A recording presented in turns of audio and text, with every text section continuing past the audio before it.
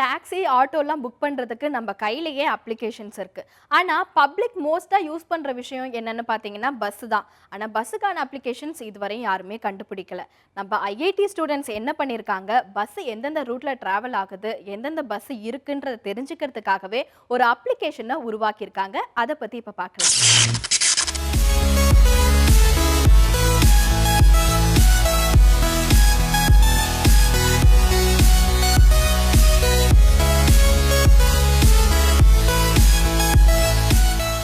சென்னை ஐஐடியில் நடந்த மேக்கர்ஸ் உச்சி மாநாட்டிற்காக தமிழ்வாணன், ஹரிசந்தோஷ் மற்றும் ரெஞ்சு ஆகிய தொழில்நுட்ப வல்லுநர்களும் மாணவர்களும் இணைந்து தயாரித்துள்ள ஆப் தான் பம்பிள் பீ.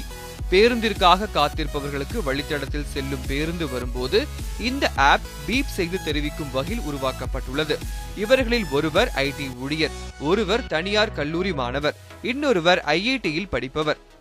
மேக்கர்ஸ் உச்சி மாநாட்டின் மூலமாக இணைந்து புதுமையாகவும் மக்களுக்கு பயனுள்ளதாகவும் ஏதாவது உருவாக்க வேண்டும் என நினைத்து இந்த ஆப்பை உருவாக்கி உள்ளனர் இவர்கள்.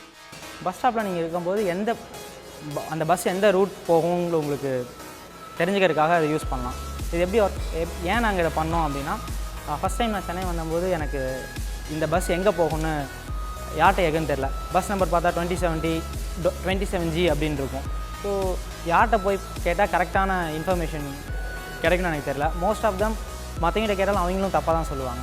ஸோ சரி, ஏன் இதவே வந்து நம்ம ஒரு ஆப்பாக டெவலப் பண்ணக்கூடாது அப்படின்னு பார்த்தோம். ஆனால் எல்லாத்துட்டையும் இன்டர்நெட் கனெக்ஷன் எப்பயுமே இருக்கும்னு நம்ம சொல்ல முடியாது. ஸோ எப்படி இன்டர்நெட் கனெக்ஷன் இல்லாமல், ஜிபிஎஸ் இல்லாமல் ஒரு நார்மல் மொபைல் ஆப் டெவலப் பண்ணலாம்.